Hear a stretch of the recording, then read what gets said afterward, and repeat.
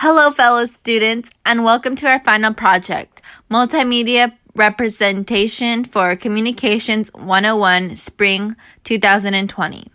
Our group is the Fixer-Uppers, and we have 4 members, Callie, Adam, Molly, myself, Angelica. We have chosen to do a podcast on good communication skills. The key to a successful company is good communication skills. The way you speak, think, and present yourself all play a part on your communication. Communication can fix a lot of problems or cause a lot of problems. Today's focus in our podcast will be providing success for a company from good communication skills. In many companies, there are problems bound to rise in the workplace, but as long as people overcome complications, they will succeed. I would like to start this podcast off by presenting some communication issues that occur often in workplaces. Molly will give you guys some details on how to solve those issues efficiently by using a variety of conflict management styles, identifying conflict patterns, negotiating steps and skills, and providing different listening styles. Then Adam will talk about the effects of nonverbal communication from all the forms down to the principles and functions. Callie will finish with the outcomes a company can gain from good communication. Within this podcast, we hope to bring you aware of the success different communication skills can have on your company. This is Angelica here, starting off with issues that occur often in workplaces. When people are angry, they tend to become verbally passive-aggressive, one-upping another, and mind-reading. This often happens when working as a team. Things like this happen, it may cause one to feel attacked, followed by a defensive response, escalating the conflict. Those are just some things a person can do to one another that can lead to cumulative annoyance that builds up anger in the workplace. There are some different factors that bring complications when communicating to each other, such as how we listen. We all hear and understand things in our own way, and it leads to many problems in the workplace. Listening is important when working with people or needing to follow a task. Understanding one another and being able to take a different perspective is huge. These are issues that can arise, but also be managed. I will now let Molly take over and go over how to avoid all this with good communication skills. Hey guys, it's Molly, and regarding the communication problems that arise in workplaces, here are some ways to solve them. In interpersonal conflict, it's important to remember that conflict isn't always negative or unproductive. In fact, numerous studies have shown that the amount of conflict in a relationship isn't as important as how the conflict is handled. There are many conflict management styles we will talk about, some negative, some positive, and some both.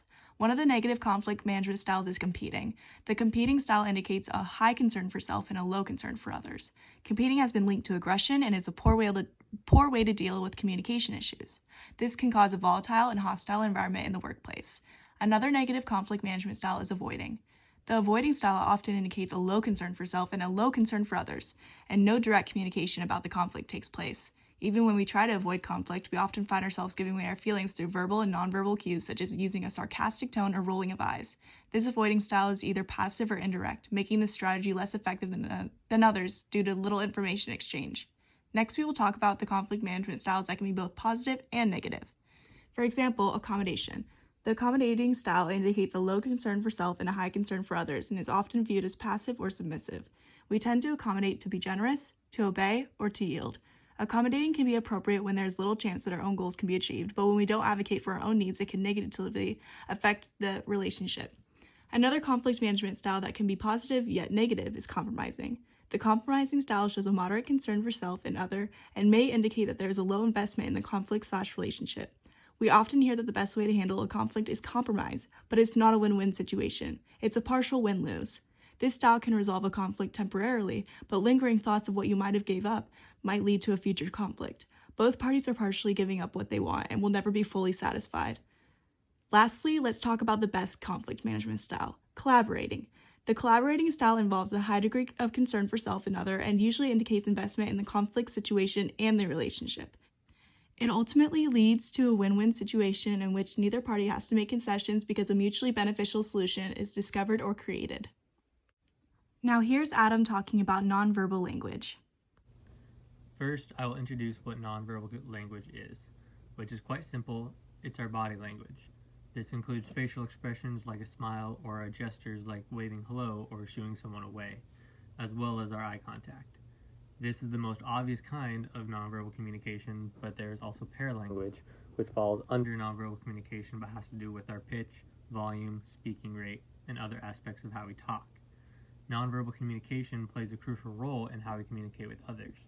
65% of our meaning is shown through nonverbal communication. It's also hard to fake because it's involuntary.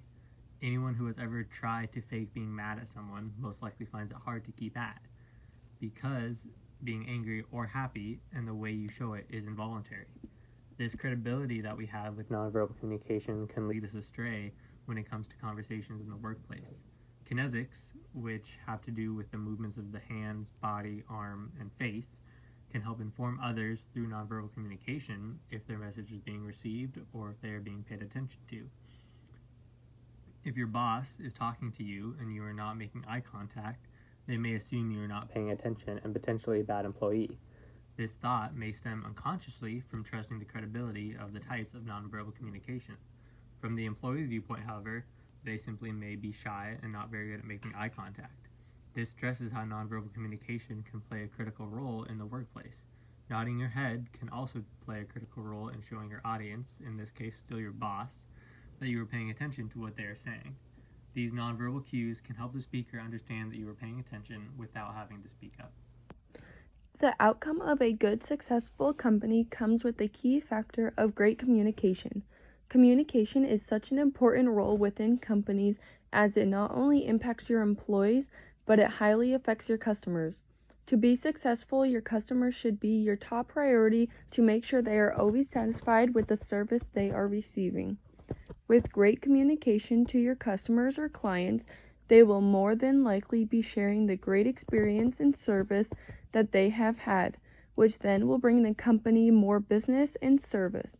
The communication within the employees is also very important. Listening to each other to understand what is working and what may need improvement within the company.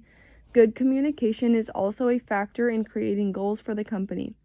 Evaluating situations verbally is the best way to help establish a situation. Effective communication usually provides a positive vibe throughout and makes the employers happy and willing to be more positive when communicating with others.